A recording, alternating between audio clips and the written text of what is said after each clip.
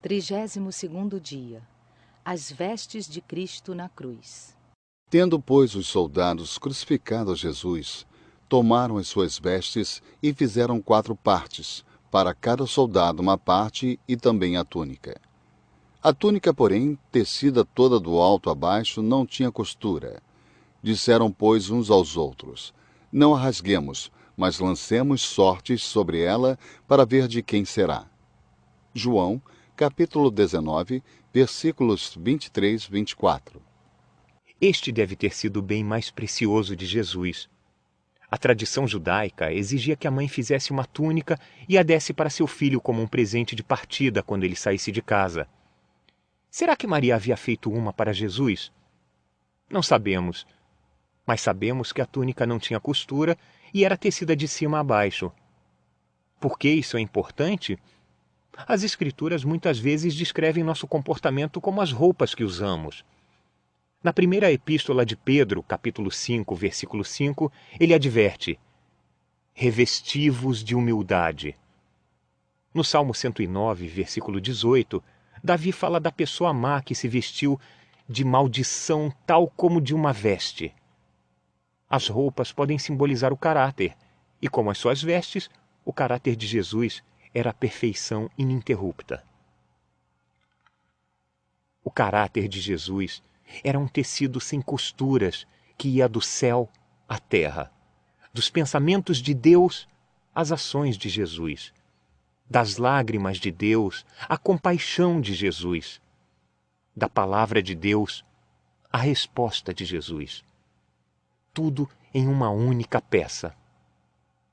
Mas quando foi pregado na cruz, Cristo tirou seu manto de perfeição sem costura e colocou uma veste diferente, a veste da indignidade, a indignidade da nudez, despido diante de sua própria mãe e entes queridos, envergonhado diante de sua família, a indignidade da falha. Por algumas horas repletas de dor, os líderes religiosos foram vitoriosos e Cristo pareceu perdedor, envergonhado diante de seus acusadores. O pior de tudo foi que ele vestiu a indignidade do pecado. O próprio Cristo levou os nossos pecados no seu corpo sobre a cruz. Primeira Epístola de Pedro, capítulo 2, versículo 24. As vestes de Cristo na cruz? Pecados, os seus e os meus. Os pecados de toda a humanidade. 33º dia. 2 ladrões, 2 escolhas. Portanto, agora, nenhuma condenação há para os que estão em Cristo Jesus. Epístola aos Romanos, capítulo 8, versículo 1. Você já se perguntou por que havia 2 cruzes ao lado de Jesus? Por que não 6 ou 10? Já se perguntou por que Jesus estava no meio? Por que não à direita ou à esquerda? Poderia ser porque as 2 cruzes no monte simbolizam um dos maiores presentes de Deus? O presente da escolha. Os 2 criminosos têm muita coisa em comum. Condenados pelo mesmo sistema, sentenciados à mesma morte, cercados pela mesma multidão, igualmente próximos ao mesmo Jesus.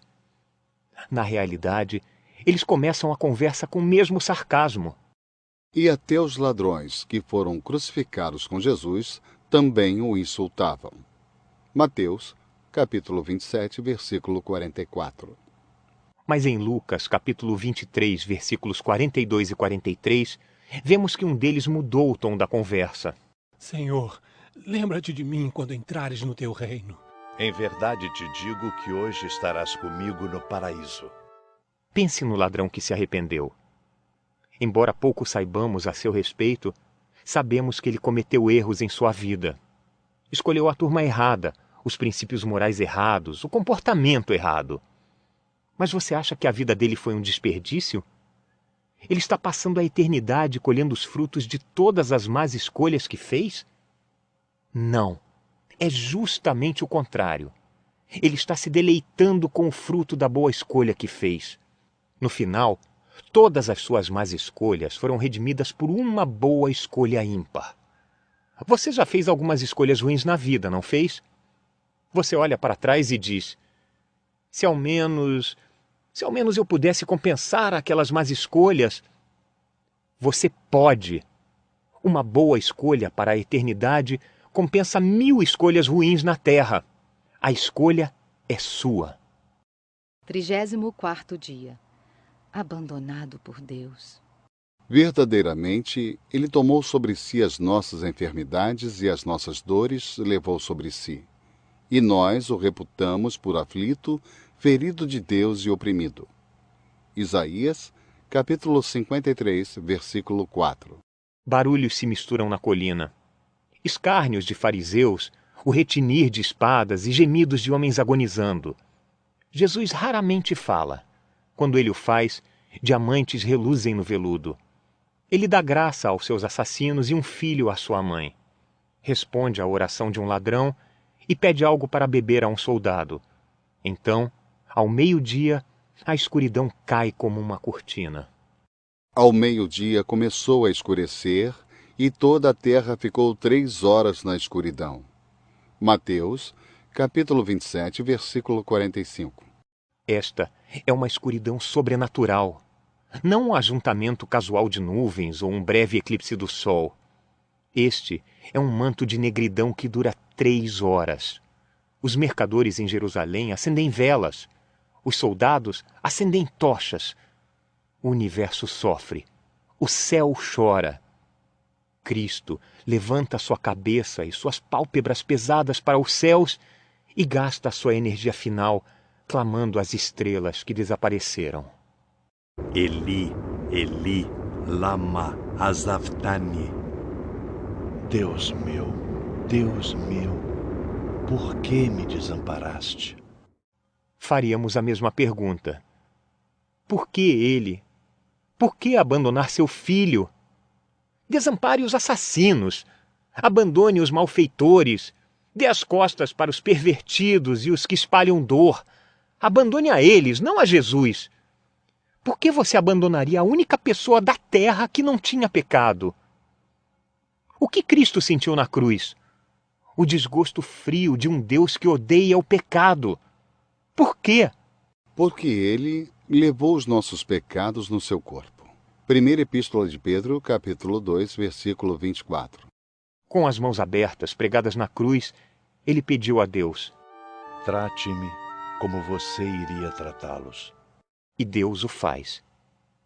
Em um ato que partiu o coração do Pai, mas honrou a santidade do céu, o juízo para a expiação de pecados veio sobre o Filho de todos os tempos, que não tinha pecado. E o céu deu à terra seu melhor presente, o Cordeiro de Deus, que tirou o pecado do mundo. Deus meu, por que me desamparaste? Por que Cristo gritou estas palavras?